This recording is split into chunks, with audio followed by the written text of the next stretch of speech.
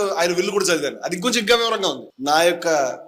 నేను ఎక్కడ చనిపోయినా నా శరీరాన్ని మీరు అగ్ని సంస్కారం చేసిన తర్వాత అస్థికల్ని తీసుకొచ్చి కొంత అస్థికల్ని గంగానదిలో కలపండి అని చెప్పి గంగానది గురించి ఇంత రాశాడు పేజీ.